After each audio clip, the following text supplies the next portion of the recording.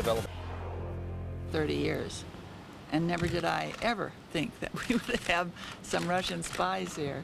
So it was a big surprise. I don't know him that much at all. I saw him a couple of times. She was more friendly.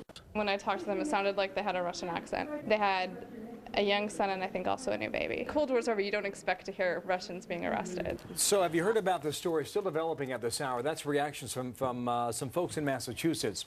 Word that their neighbors are among 10 people arrested across the country accused of spying on America for Russian intelligence.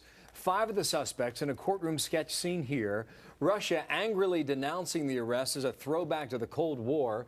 Meanwhile, we understand the Fed spent years working the case before moving in and rounding up the suspects. My guest now knows an awful lot about these operations.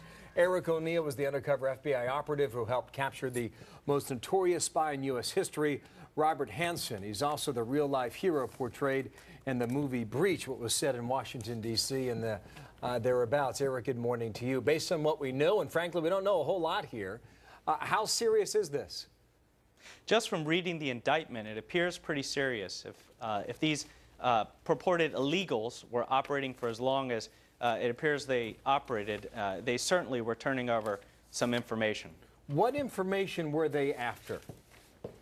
Well, from the indictment and from the conversations and transmissions that were intercepted and decrypted, it appears they're after policy information. But from some of the active profile of their espionage, it looks like they might be actively engaged in penetrating lobbying groups, government contractors to the United States and other groups, and even worse, possibly recruiting spies of their own. You know, Eric, somebody said earlier today that this is information you can get by way of Google. Why would you need to be a spy?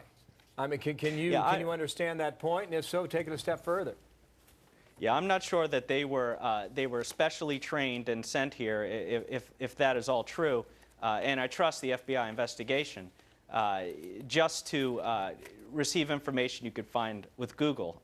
From what I can see from the operative profile, they were sent to recruit individuals who could provide information back to Russia. Policy, American policy being one of those things, but they were also after nuclear secrets and other things that could damage American interests across the world. And that is intriguing, too. Here's what one of the Russian reactions was earlier today. Would you act like this in the 21st century? I mean, the Russians are just dismissing these charges. They say burying money in a yard for pickup is not the way it happens anymore.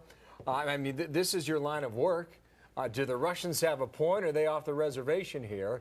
And ultimately, does Moscow come back and engage in some sort of tit-for-tat? I'm going to say they're a little bit off the reservation. They got their knee-jerk reaction while they decide what they're going to do about this. The tit-for-tat would be to pull some of our guys off the street that are working over in Russia clandestinely and maybe make an exchange. But we're going to need to wait and see how this case unfolds and find out just how Russia reacts once they get all their ducks in a row. Eric, ultimately, how does this turn out? You've seen it before. I think what's going to happen is this is the tip of the spear. I think next we're going to possibly see some Americans who are brought in for questioning and possibly arrested. There are some people out there who shouldn't have been talking to these illegals, and I think that we're going to find that the next part of this FBI investigation is going to go after the Americans who were spilling information to these potential and I believe illegal Russian spies. You're a great guest, Eric. Thanks for making time with us on short notice. Thank you so much. Eric O'Neill, my guest out of Washington, D.C. You bet.